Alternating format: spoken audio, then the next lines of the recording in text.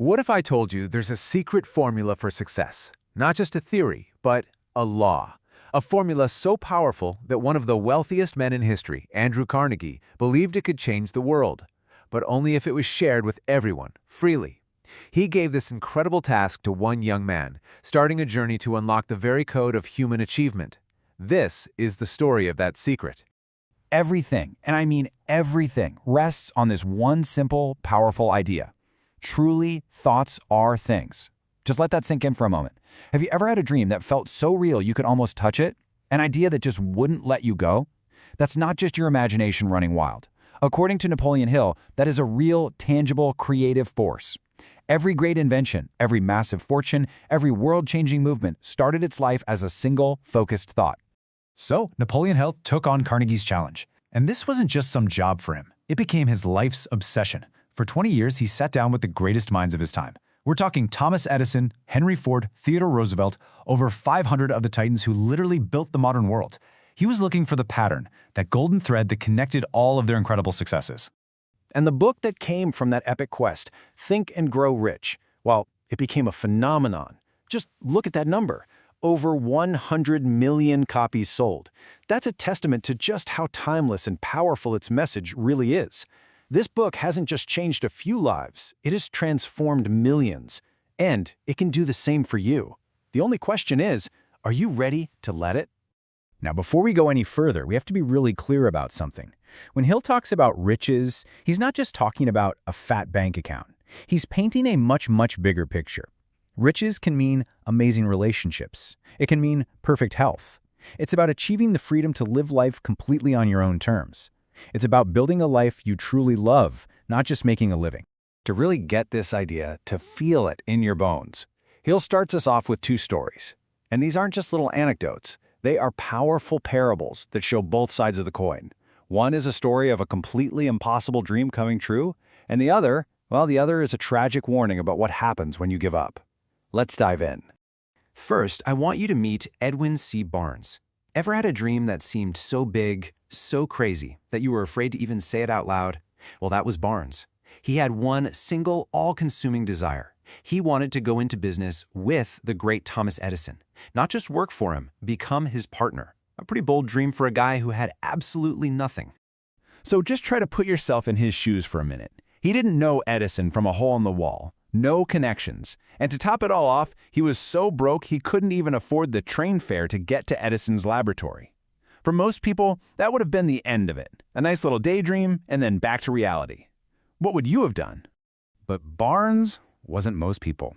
He hopped a freight train like a hobo and showed up at Edison's lab, totally unannounced.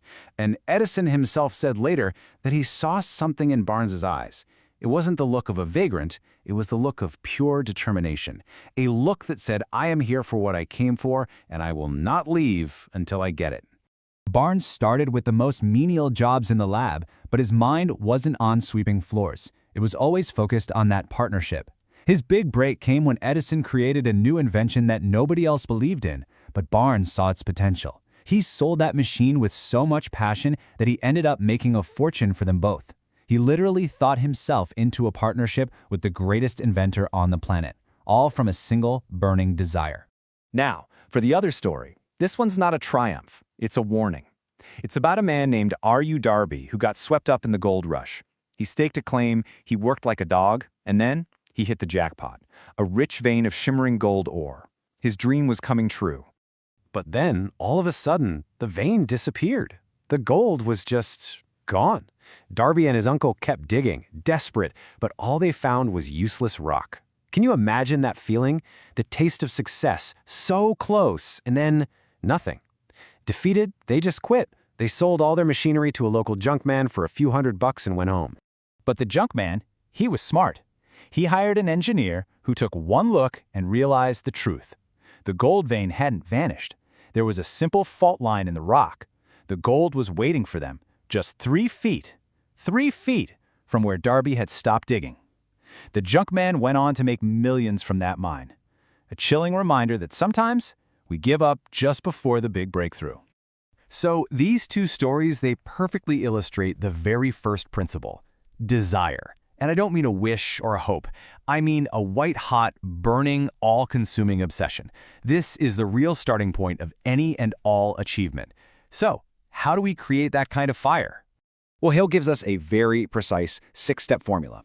This isn't vague advice, it's a practical blueprint. First, you have to be exact about what you want. Second, decide what you'll give in return. Third, set a definite date. Fourth, create a plan, and, this is key, start right away.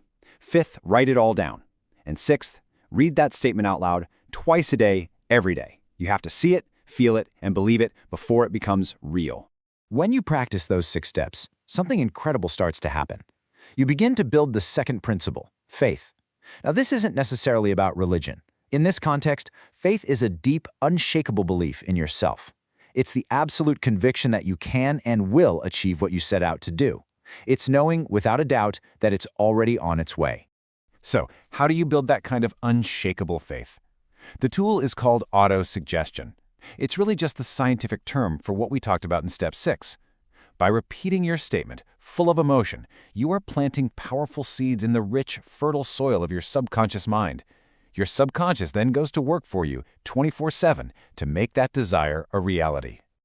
Okay, so the desire is there, the faith is growing, that mental foundation is solid. Now it's time to actually start building your plan. This is where your inner world of thought starts to create real change in the outer world. The first thing you'll need is specialized knowledge. Notice Hill doesn't just say knowledge. Being a trivia champion is great, but it won't make you rich. True power comes from becoming an expert in one specific area, the knowledge needed to provide incredible value and bring your plan to life. But knowledge is just raw material. You need a place to shape it, to turn it into a plan. And that place is your imagination. This is your personal workshop.